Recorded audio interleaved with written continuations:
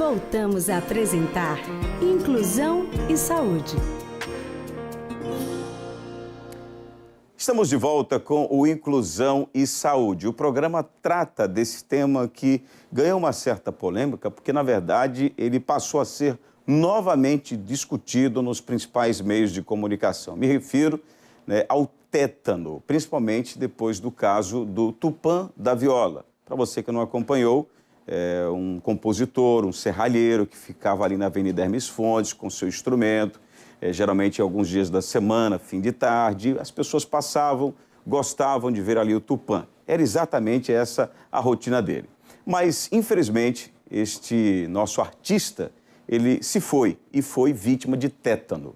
Bom, para a gente historiar um pouco, nós vamos conversar com a filha dele, uma das filhas, que vai contar um pouco do que foi esse momento, a dificuldade que teve de buscar assistência da saúde e depois para conseguir, inclusive, o soro antitétano ou antitetânico. Então, você vai saber um pouco dessa história a partir de agora.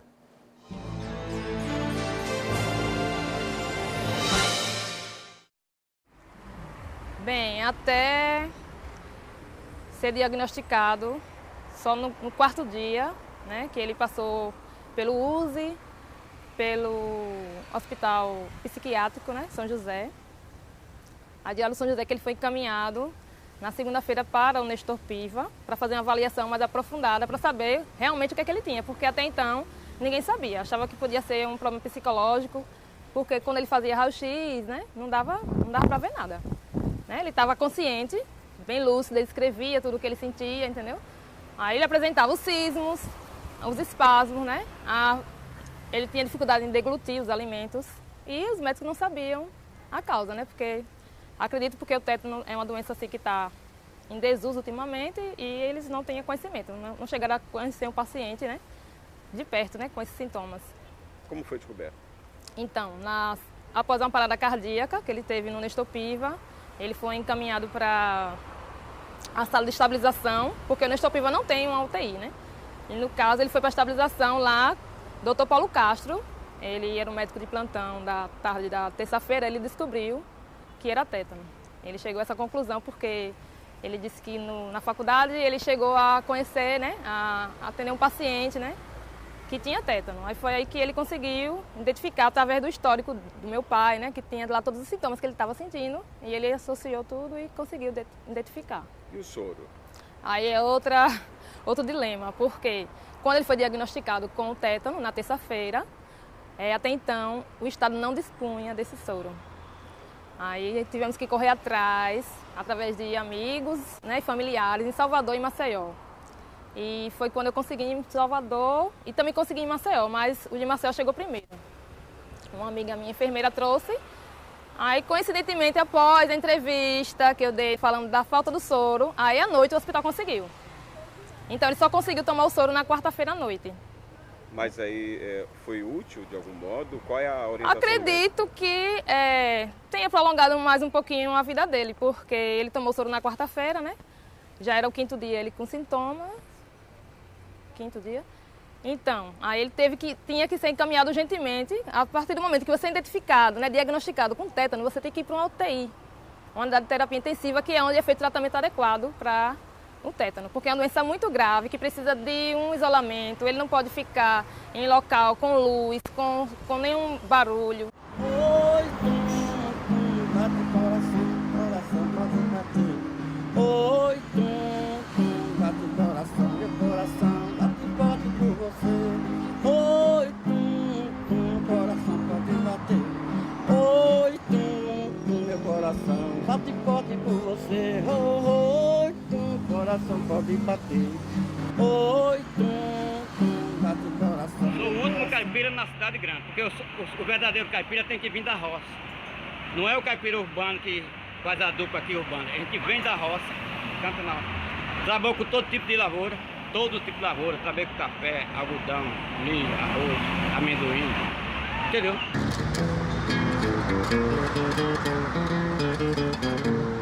Sou capelense da gema no René dos conterrâneos. Minha mãe é lagoana, o meu pai é sergipana. Meu nome é Gerson Batista dos Santos, conhecido como Tupã da Vila.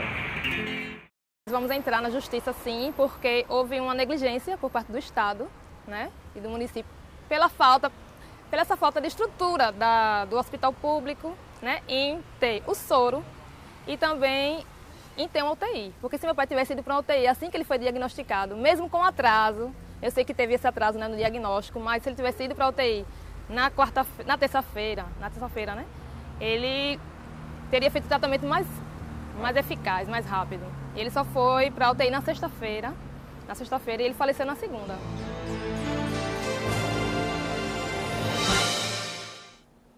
Bom, deu para a gente perceber aí na fala, né, de uma das filhas do Tupã como foi difícil, como foi complicado e o mais grave de tudo, ele infelizmente acabou morrendo. Mas para esclarecer muito sobre a cobertura vacinal, os prós e os contras dessa história, a reflexão que passa a ser feita a partir desse episódio, a gente trouxe aqui a Thaíse Cavalcante, diretora de Vigilância e Saúde da Prefeitura de Aracaju. Bem-vinda, Thaíse. Obrigada. Bom, eu sei que muita gente deve estar se perguntando, Evanilson, como assim tétano? Há tanto tempo não se ouve falar, principalmente aqui em Sergipe, de casos de tétano e, além disso, a pessoa morrer. Bom, Thaíse, existe alguma explicação, a grosso modo, que a gente pode ter, né, no primeiro momento, sobre o porquê de tudo isso? Sem falar do outro aspecto, que é a falta do soro, mas a gente entra nesse assunto depois. Bom, o que a gente pode dizer, um esclarecimento no primeiro instante? Evanilson, o que a gente observa, e aí toda a saúde fica em alerta, porque na realidade, a partir do momento que a gente tem uma doença infecto-contagiosa, que é o caso do tétano, e que eu tenho uma forma de prevenção, que é a vacina antitetânica, a gente fica preocupada. Porque quando a gente observa os dados vacinais de faixas etárias mais avançadas, né, os idosos, e quando a gente realmente vai avaliar a característica do homem, que há uma dificuldade realmente real dele procurar um médico quando doente, e da gente orientar a questão vacinal, é muito preocupante. Porque a vacina do tétano, ela precisa ter um reforço a cada 10 anos. Então, assim, todas as pessoas precisam estar vacinadas e precisam ter esse reforço. Então, é uma vacina que a gente dá, a primeira vacina que é tomada com 2 meses de idade, o bebê, né? 2, 4 e 6 meses, ele tem 2 reforços até 4 anos de idade. E a partir daí, ele vai começar a ter essa vacina como reforço a cada 10 anos. Todas as grávidas sabem, são orientadas no momento que estão grávidas, que precisa fazer essa vacinação, já para a gente evitar o tétano neonatal, né? A característica que a gente viu no caso que aconteceu em Aracaju, a gente classifica um tétano acidental. Então, assim, no primeiro momento que a gente avaliou e viu a reportagem, como ele tem uma característica de profissão de serralheiro, a gente pensou num problema do trabalhador, né? Uma problemática do trabalhador. Ele trabalha com madeira, ele trabalha com terra, com ferro, com maquinários, que qualquer corte que ele tivesse, ele poderia levar esse bacilo, que é uma bactéria, entrar nesse corte que ele tem, alguma ferida que ele tenha e começar o desenvolvimento. Então, assim, realmente é uma questão de alerta, é uma questão da gente mobilizar bastante a sociedade em relação à proteção, a todo e qualquer, não só homem e mulher, são todas as pessoas, são suscetíveis a ter a doença. Não existe uma classificação, claro que a gente avalia que no caso do homem, a gente pode até ter uma probabilidade maior por toda a condição do homem nessa questão de prego, de cair de moto, de se arranhar, queimadura. Tudo isso são condições que aumentam, é uma porta de entrada para que esse bacilo entre, o esporo entre, fique lá, se desenvolva e vai desenvolver a doença, o tétano, para o paciente. Me chamou a atenção quando você disse a dose de reforço. Vamos separar as coisas. A vacina é um procedimento preventivo para evitar que a gente contraia o tétano. E ela já explicou as etapas. Só que tem que ter essa dose de reforço a cada 10 anos. Aí eu lhe pergunto, você de casa, perguntei para o pessoal aqui da TV, você tomou, você que é homem, que já está na meia-idade, sei lá, já está dos seus 30, 40, já tomou alguma dose de reforço? Eu não me recordo, vou ser bem franco. Claro que não vamos justificar que uma coisa vai... Mas porque você já foi vacinado anteriormente, teoricamente teria proteção, mas tem que ter o reforço. Então, talvez, a partir dessa situação, desse episódio, seja necessária uma ampla campanha, Thaís? Isso, uma divulgação maior, uma mobilização, né? Nas unidades de saúde, com as equipes, com aquelas pessoas. A gente sempre tem, Evanilson, empresas que solicitam a gente a vacinação, né? Até pela condição que precisa ter a comprovação do cartão vacinal, principalmente do tétano. Então, a mobilização, sim, uma orientação maior, um alerta para a comunidade, para a sociedade, não só de Aracaju, mas se a gente for pegar, ampliar Sergipe como um todo, em relação à questão do tétano. A gente sabe, esse bacilo, esse esporo, ele pode estar por muito tempo na terra, em madeira, em ferrugens, né? E são algumas coisas que a gente pode entrar em contato. E você não está vendo aquela pequena ferida lá no seu braço, no seu corpo, e quando ele entra e ele consegue se desenvolver, é uma bactéria que não precisa de oxigênio. Então, assim, ele sobrevive sem oxigênio. Por isso que uma condição de infecção favorece mais.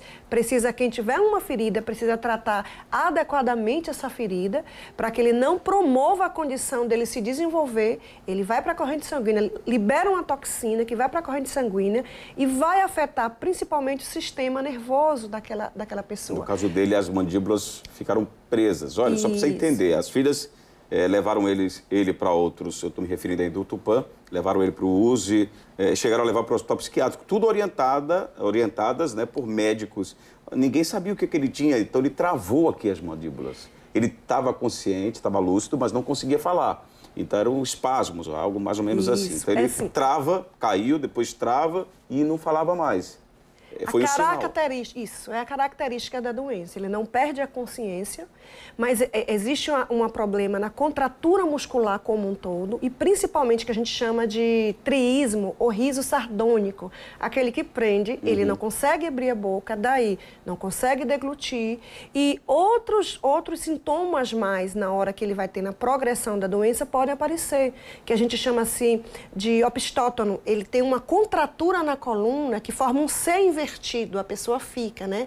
Abdômen tábua, a dureza da musculatura pela contratura. Então, realmente, são sinais e sintomas.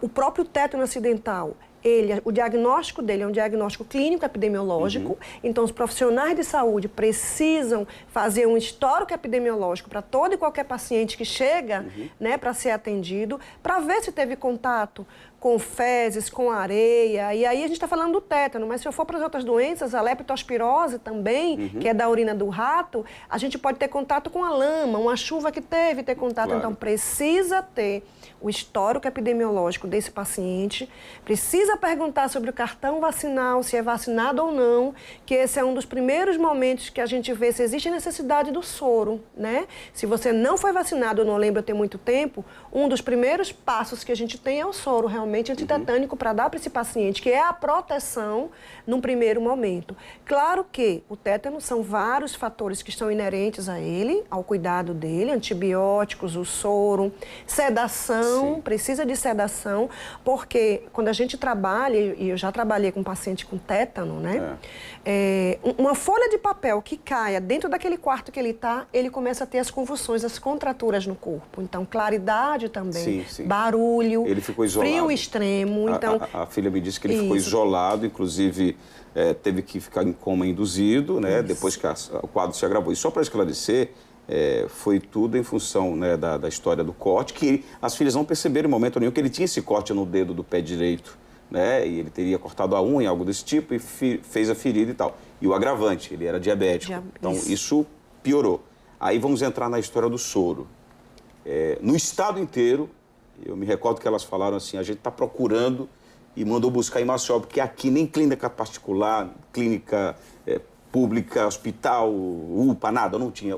Como é que se explica isso, Thaís? Repare, o soro, ele, assim, como a gente considera, ele é um insumo estratégico. Insumo estratégico são aqueles materiais que o governo federal é que faz a compra e distribui para os estados e os estados para os municípios, né? Como o fumacê, que tanto pedem, mas ele é comprado pelo governo federal e chega até os municípios. Então, na realidade, a responsabilidade do governo federal fazer essa compra e distribuição. Nós estamos, desde o início do ano, com uma diminuição na distribuição, não só do soro antitetânico, mas dos outros soros também. Para rato, inclusive, eu não sei se o nome é esse, mas eu encontrei um paciente que foi numa UPA, foi no João Alves, não encontrou, e mandaram para a UPA não tinha, depois teve a greve, mas ele comentou que foi mordido por um rato no dedão do pé e precisava do soro, e não tinha. Então, pelo menos o último mês que a gente recebeu como solicitação, que os municípios solicitam aos estados, os estados repassam para a gente aquele que vem do governo federal.